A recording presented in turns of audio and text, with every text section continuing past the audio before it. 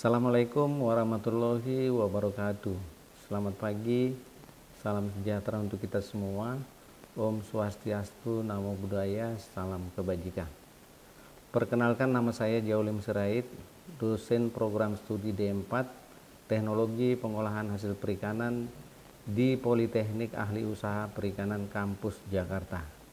Di program Diploma Teknologi Pengolahan Hasil Perikanan saya mengampu beberapa mata kuliah, diantaranya kode etik dan peraturan perundang-undangan pangan, komunikasi bisnis, tata niaga dan pemasaran hasil perikanan, komunikasi pada industri perikanan, dan analisa kelayakan usaha perikanan. Dalam video ini saya akan menyampaikan pernyataan diri dosen dalam unjuk kerja perguruan tinggi atau PDD UKPT di bidang pengajaran sebagai salah satu syarat sertifikasi dosen tahun 2025. Saya akan menyampaikan salah satu mata kuliah yang saya ampu, yaitu kode etik dan peraturan perundang-undangan pangan. Mata kuliah ini diberikan kepada taruna-taruni yang berada di semester 4 yang terdiri dari 2 SKS dari teori dan praktek. Dalam mata kuliah ini diberikan pemahaman atas kode etik bagi seseorang profesional yang dilanjutkan dengan pemahaman regulasi atau peraturan perundang-undangan yang bersifat dinamis dan selalu berubah. Capaian pembelajaran mata kuliah kode etik dan peraturan perundang-undangan pangan yaitu taruna-taruni yang pertama mampu memahami kode etik di bidang pekerjaannya, mengetahui hierarki peraturan perundang-undangan yang berlaku dan menerapkan peraturan perundang-undangan yang relevan, serta memahami sanksi atas pelanggaran etika maupun peraturan perundang-undangan.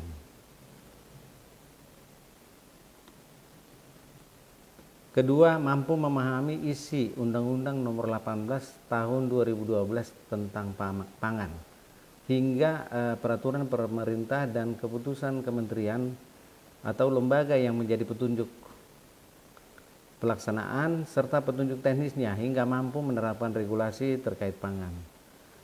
Ketiga, taruna-taruni mampu menjelaskan pengaruh makanan terhadap kesehatan dengan bahan tambahan pangan serta penerapan higiene dan sanitasi pangan.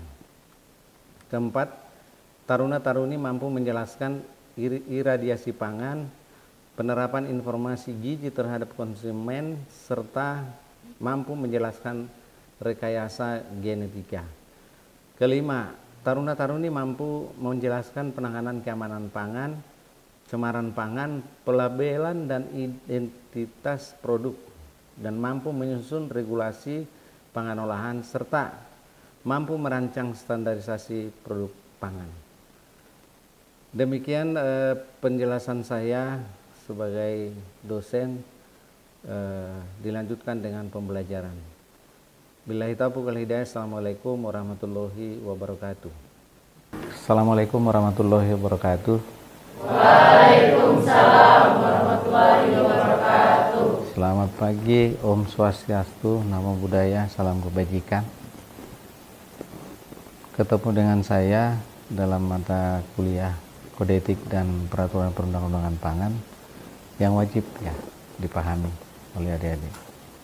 Etik ya, setiap profesi itu harus punya kode etik yang mengatur semua rule of law lah, yang mengatur semua profesinya. Dan etika, kode etik itu punya sanksi. Di semua profesi itu punya kode etik masing-masing ya. Lalu untuk apa? Untuk apa profesi itu punya kode etik?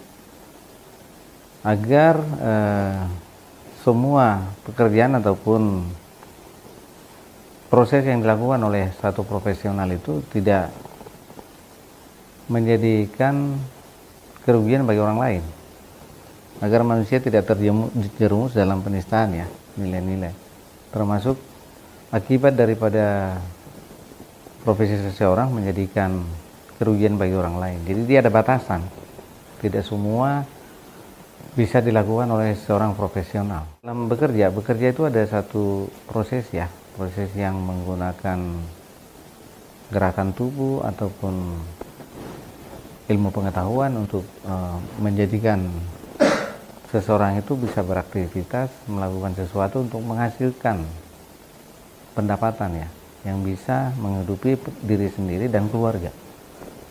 Itulah fungsi bekerja. Nah, bekerja itu adalah tujuan akhir daripada kita. Diawali dari mulai proses pembelajaran sampai dengan akhir pembelajaran, mendapatkan ijazah, lalu mengikuti asesmen, melamar kemana-mana dengan mengikuti asesmen, lalu kita diuji kemampuan kita. Dalam proses asesmen itu diuji. Asesmen itu macam-macam loh. Di situ bisa diketahui orang itu jujur apa tidak. Ya, di asesmen itu bisa tahu. Nah itu ya. Jadi itulah proses bekerja, sampai bekerja, melakukan asesmen, melamar, terus melihat kualifikasi, lalu menjadi seorang pekerja yang dibutuhkan sesuai dengan kualifikasi oleh perusahaan ataupun lembaga ataupun organisasi. Karena sekarang ini persaingan ya dalam proses bekerja itu kan sangat tinggi ya. Dilakukan seleksi mulai dari administrasi sampai dengan wawancara misalnya. Ada yang gegabah dengan administrasi yang diminta misalnya ijazah asli scan, tapi yang di scan sama dia ijazah fotokopi yang legalisir, kan asli juga itu, legalisir siap, itu yang di scan, sudah tidak lulus. Kenapa? Tidak sesuai dengan prosedur. Jadi itu kalau kita tidak disiplin, tidak jujur, itu akibatnya begitu. Dan tidak akan masuk dalam nominasi. Kalau diminta ijazah asli scan, ya ijazah asli scan, bukan fotokopi. Walaupun terlegalisir, beda. Jadi hati-hati dalam asesmen ya. Bentuk pekerjaan ya, kita akhirnya nanti akan mencari pekerjaan ya, dan menjadi profesional di bidangnya. Apa itu profesional? Kita di prodi TPH. Inilah yang menjadi profesi kita. Dan ini pasti punya kode etik masing-masing. Nanti begitu masuk dalam satu organisasi ataupun proses, itu akan ketemu sendiri. Nah, kalau ada perubahan di kode etik yang sedang dijalankan, itu kan ada dievaluasi kode etik yang kita harus lakukan seperti apa ya. Lalu bidang pekerjaan, masing-masing punya bidang pekerjaan itu. Ada yang menggunakan fisik, ada yang menggunakan ilmu pengetahuan, tidak banyak bergerak, banyak duduk. Ada yang banyak menggunakan fisik, seperti orang proyek-proyek itu kan menggunakan fisik semua. Jadi itu bekerja untuk tujuan menghasilkan, mendapatkan suatu hasil yang bisa digunakan untuk kebutuhan pribadi maupun lingkungan.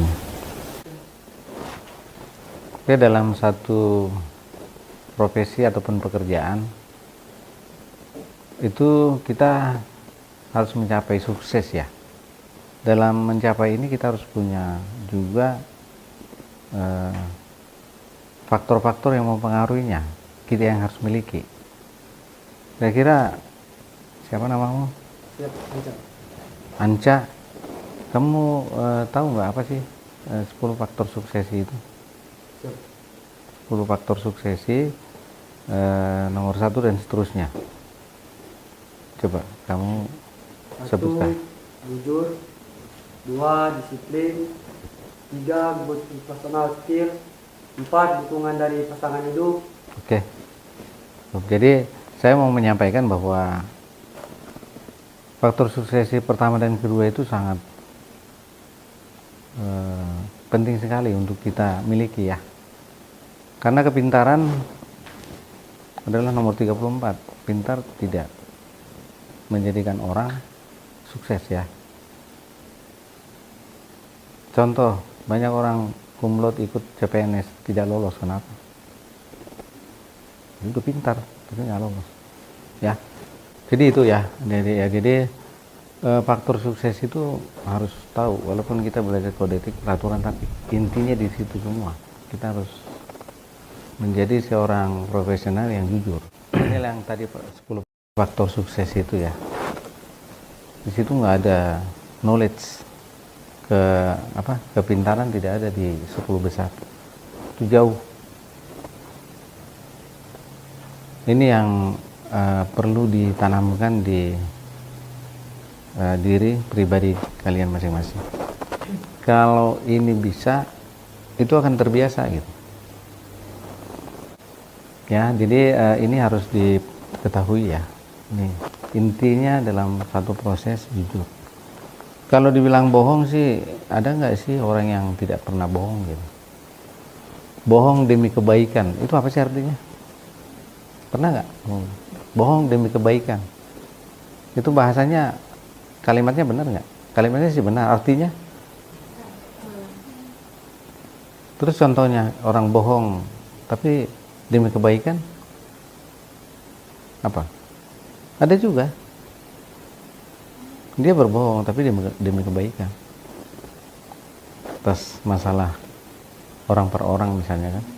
Dia bohong, yang penting mereka baik gitu. Jadi itulah. Tapi kita bisa melihat mana sih yang baik dan buruk, mana sih yang harus kita lakukan dalam menyampaikan sesuatu yang menjadi bohong atau tidak gitu. Nah, kita sedikit ya ke hierarki peraturan perundang-undangan. Oke adik-adik, jadi dalam kode etik dan peraturan perundang-undangan pangan, kita harus mengetahui regulasi ya. Itu ada hierarki peraturan perundang-undangan. Saya mau tanya,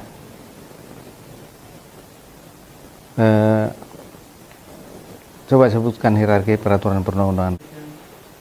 Yang pertama adalah Undang-Undang 1945, terus TAP MPR, selanjutnya Undang-Undang, terus Peraturan Pemerintahan, pengganti Undang-Undang, terus PP, Kepres, Perda Gubernur, Bupati, dan Wali Kota. Oke, itu dalam penyebutannya nanti harus lengkap ya. Siap. Jangan dibilang PP, peraturan pemerintah gitu ya. Kepres, keputusan presiden. Oke. Terus yang kalian pahami hierarki perundang-undangan yang ada di kita ya, di negara kita seperti apa? Hierarki peraturan perundang-undangan. Jadi inilah pembuka ya, pembuka untuk adik-adik bisa mengetahui. Karena begini, kita dalam satu proses dimanapun, bahkan swasta pun tetap membutuhkan regulasi, diatur semuanya. Kalau nggak diatur, apa yang terjadi? Misalnya seorang pegawai negeri kalau nggak diatur ya semaunya aja, korupsi semaunya, lalu melakukan sesuatu semaunya. Nah itulah namanya peraturan perundang-undangan, yang tentu regulasi itu bisa berubah dengan kebijakan yang sesuai kehendak pimpinan lah misalnya. Ya kayak kita zaman apa sekarang? Kabinet apa namanya sekarang? Merah Putih. Ya, bertambah lembaga kementerian, itu kan kebijakan. Jadi bisa berubah. Nah, kalau coba kita lihat satu ya, biar kalian urutan ya. Jadi semua mengacu kepada Undang-Undang Dasar 1945. Itu adalah dasar hukum, sumber dari segala sumber hukum. Lalu ada TAP MPR, lalu ada undang-undang. Kalau undang-undang ada pengganti ya, itu kalau dalam keadaan darurat bisa.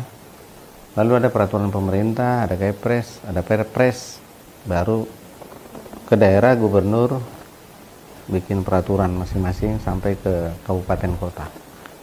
Ini hierarki harus tahu ini. Jadi seperti gubernur melakukan satu kebijakan ya, regulasi. Salah satu contoh pernah di Bengkulu, kebanyakan mobil Jakarta di daerah.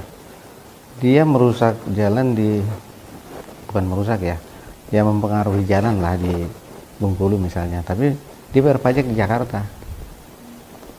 Yang rugi, jadi kalau menetap dia harus mendaftar selama berapa lama gitu. Jadi dia ada pajak progresif lah namanya itu, dikenakan pajak. Seperti kebijakan begitu ada dasarnya. Tidak bisa daerah membuat kebijakan tersendiri. Tapi itu nggak berlaku lagi. Jarang orang pemerintah daerah sekarang membuat kebijakan seperti itu, karena tidak populis dan susah mendatanya gitu. Contohnya, jadi membuat satu kebijakan itu ada dasarnya. Gubernur, bupati tidak bisa mengatur. Kalau bisa ya dia jual itu pulau ya. Pulau Enggano bisa hilang ya. Bisa dibuat jadi ini. Jadi pemerintah daerah tidak bisa membuat peraturan sendiri, harus merujuk kepada itu semua. Ya, kalau ada undang-undang 45 ada TAPMPR atau ada undang-undang, misalnya undang-undang tentang pangan. Itulah dasar untuk membuat satu regulasi peraturan pemerintah yang bisa menjadi turunan dari undang-undang tersebut. Sampai kepada Kepres, ke menteri-menteri membuat peraturan, membuat keputusan menteri terkait di bidang masing-masing yang tidak berbenturan dengan peraturan yang lain. Jadi proses pembuatan undang-undang ini itu ada harmonisasi. Misalnya membuat satu undang-undang itu harmonisasi ke semua kementerian lembaga terkait, itu dibahas secara bersama agar tidak ketemu nanti benturan pekerjaan atau duplikasi. Membuat satu aturan itu tidak hanya menguntungkan satu lembaga, kementerian lembaga, tetapi semuanya. Jadi tidak, dalam proses pembuatan undang-undang itu ada harmonisasi, untuk semua kementerian lembaga harus menyetujui dan ikut menyampaikan pendapat dalam penyusunan undang-undang, termasuk peraturan pemerintah ya. Nah, ini ada beberapa definisi seperti ini. Undang-Undang Nomor 18 Tahun 2022 tentang pangan. Inilah undang-undang inilah yang menjadi dasar untuk kita gunakan di setiap ketentuan ataupun regulasi terkait dengan pangan, termasuk keamanan pangan, bahan tambahan pangan, semua nanti ada PP turunannya. Kita ambil salah satunya adalah PP 86 ya, tentang keamanan pangan. Itu semua dijelaskan definisi, ini banyak sekali nanti ini ya, definisi untuk kita harus tahu. Jadi di penulisan satu regulasi itu dijelaskan di depan apa yang namanya pangan, jelaskan dulu. Jadi nanti orang membaca selanjutnya pasar per pasar, bab per bab udah paham itu apa yang dimaksud dengan keamanan pangan, rantai pangan, produksi pangan. Jadi didefinisikan. Sama dengan kalian nanti pada saatnya ya melakukan praktek lapang, menyusun laporan, itu harus dijelaskan di depan bahwa ada definisi-definisi yang harus dijelaskan terlebih dahulu. Lalu kalau orang membaca keseluruhan dia udah paham, oh ini maksudnya. Apalagi istilah-istilah di kita di prodi TPH itu banyak yang orang lain juga belum tentu paham kalau kita nggak jelaskan ya. Oke, ini definisi-definisi nanti bisa kalian kembangkan ya. Jadi intinya kode etik itu udah paham tadi ya. Jadi semua profesi itu punya kode etik. Lalu regulasi semua ada. Seperti sekarang kita nomenklatur Kementerian Kelautan dan Perikanan selalu berubah. Kita tadinya BRSDM menjadi BPSDM. Dan itu selalu berubah. Jadi ini mata kuliah ini menyampaikan atau memberikan pemahaman kepada kalian bahwa peraturan kebijakan itu selalu berubah. Tergantung pimpinan ataupun tergantung pengaruh globalisasi ya, pengaruh globalisasi, pengaruh budaya bisa saja. Jadi bisa berubah peraturannya. Ya misalnya dulu kita kalau beli sesuatu tuh harus pergi gitu. Kalau sekarang kan nggak usah. Cukup dengan HP. Dimanapun kita berada, mau pesan apapun siap. Itulah teknologi. Oke, gitu aja mungkin saya sampaikan ke adik-adik ya. Intinya kode etik dan peraturan perundang-undangan pangan itu kode etik kita punya guidance dalam berproses, dalam semua lini kita bekerja. Kita harus menggunakan etika. Apa etikanya? Sesuaikan dengan posisi Anda sebagai apa? Sebagai taruna buka buku apa? Kondit. Sebagai warga masyarakat, ikuti budaya yang ada di lokasi tempat Anda. Karena kita kan dari berbagai budaya dan latar belakang. Kalau kami dari Medan biasanya suara kencang. Ya, seperti itu mempengaruhi dalam melakukan ataupun mengikuti kode etik. Karena kalau kita tidak mengikuti, misalnya kita pergi ke suatu daerah, kita pelajari dulu budayanya, kita ikuti etika di sana. Karena kita akan melakukan sesuatu pertemuan ataupun pengembangan usaha misalnya. Kalau kita tidak menyesuaikan, kita nggak akan berhasil. Ya. Jadi itu adik-adik, nanti pertemuan kita ini saya cukupkan sekian. Jangan lupa 10 faktor sukses ya. Ini tidak menentukan pinter. Cum laude belum tentu lolos pegawai negeri. Jadi semua di assessment. Jadi kalian tuh harus punya semua, bukan hanya ini. Punya juga kepribadian, punya etika, punya semua, kejujuran, disiplin, semua. Yang faktor sukses yang 10 ini. Minimal yang 10. Tapi tetap juga pengetahuan juga perlu. Ya, bukan berarti tidak. Baik, itu aja mungkin. Kalau ada yang kurang lebih dari penyampaian saya, kita akan ketemu nanti di mata kuliah yang lainnya. Saya akhiri billahi taufiq wal hidayah. Assalamualaikum warahmatullahi wabarakatuh. Waalaikumsalam.